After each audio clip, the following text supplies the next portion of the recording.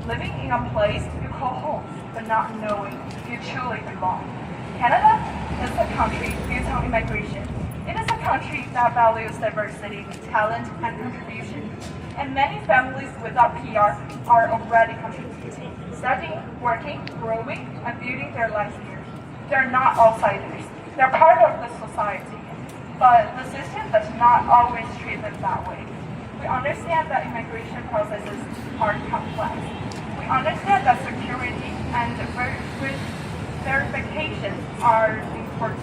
But the system must also be transparent, timely, and humane. No one should have to wait years without clear communication.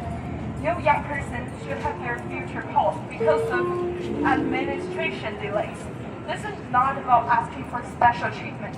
It is about asking for fairness, for clarity, for dignity. Because at the end of the day, we're not members in our system. We're people with dreams, with goals, and with futures.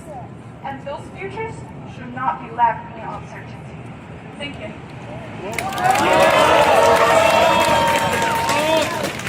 Thank you, Aurora. So we are approaching our end of the rally here, and kind of closing to share. First, I think most of you know that we have an invitation. If you haven't sent an invitation, please send an invitation. Okay? Thank you. And you can also tell your friends, your colleagues, your family to send an invitation for us. Okay? And we're going to do another round of chanting. After that, we are going to we can, like, if you want, feel free to take a picture of your stand. Okay. If you want, you can take a picture of your stand with the logo of IRCC's office over there. There are two. One is over there, and the other one is over there. So you can take a photo of your stand and IRCC's office. Play, and then upload it to your social media. OK， so 有两件事要跟大家说一下，因为今天有事马上结束了。第一件事就是我们还有一个电子请愿书，我相信大家很多人应该已经看过了。如果你还没有签的话，就找自己签一下，然后让你身边的朋友、家人、同事都来帮我们签一下。这个电子请愿书的链接在，如果你在群里的话，它是在我们的群里面这个小公众上面的。然后我们现场也有发传单，传单上也有电子请愿书的链接。等一下，如果有朋友想要留下来的话，也可以帮我们给路人散发一些传单。传单的话，如果你们需要的话，就是在那边就是拿着一个黄色包包的志愿者，那个里边有我们的传单，然后大家也可以签一下电子请愿书。第二个事情呢，就是大家在走之前可以拿自己的牌子和 IRCC 的这个办公室的 logo 拍个照，这个 logo 就在那边，还有这边的墙上。我们非常鼓励想让大家拍一个照，拿你们的牌子，拿牌子上的数字，跟他们的办公室拍一个照，然后上传到你们的social media， 不管是什么都可以，朋友圈或者是Instagram， 你们所有的都可以。然后我们希望能够让网络上更多的人看到我们今天的发声，好不好？好。那我们再做一轮最后的喊口号，是我们今天最后一轮了，然后我们差不多就要开始准备结束了。所以我知道大家今天都非常辛苦，非常累。那我们再拿出我们最后的这个力气，然后我们再大声喊出我们的口号，让IRCC听见，好不好？好。IRCC Under delay. IRCC Under delay. IRCC Under delay. IRCC Under delay. IRCC Under delay. IRCC Under delay. IRCC Under delay. Under delay. Make the decision, make it now. Make the decision. Make it now. Make the decision, make it now. Make the decision. Make it now. Make the decision, make it now. Make the decision. Make it now. Make the decision, make it now. Make the decision. Make it now. Make the decision, make it now. 然后我们大声连续喊 Make the decision, make it now. Make the decision, make it now. Make the decision. Make it now. Make the decision. Make it now. Make Make the decision. Make it now. Make the decision. Make it now. Make the decision. Make it now. Make the decision. Make it now. Make the decision. Make it now. Everyone, make the decision. Make it now. Make the decision. Make it now. Make the decision. Make it now. Make the decision. Make it now. Make the decision. Make it now. Make the decision. Make it now. Make the decision. Make it now. Make the decision. Make it now. Decision. Make it now. Make it now. Thank you, everyone. Thank you so much.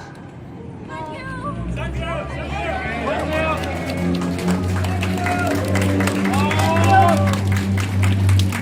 我们的游行看到这里结束了，然后请大家就是把你的照片放到这张图上，然后呢，好感谢大家今天到场，然后大家等下回去的时候，在回去之前可以把自己的垃圾什么的都清理一下带走，然后回家的时候路上注意安全，小心啊。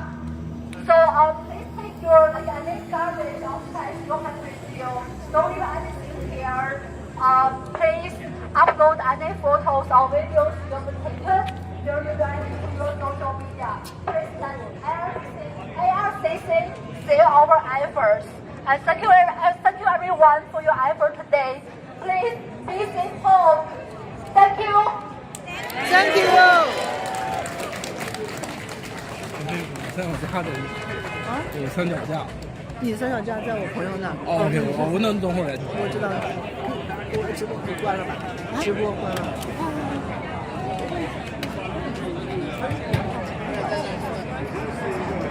对，我一直想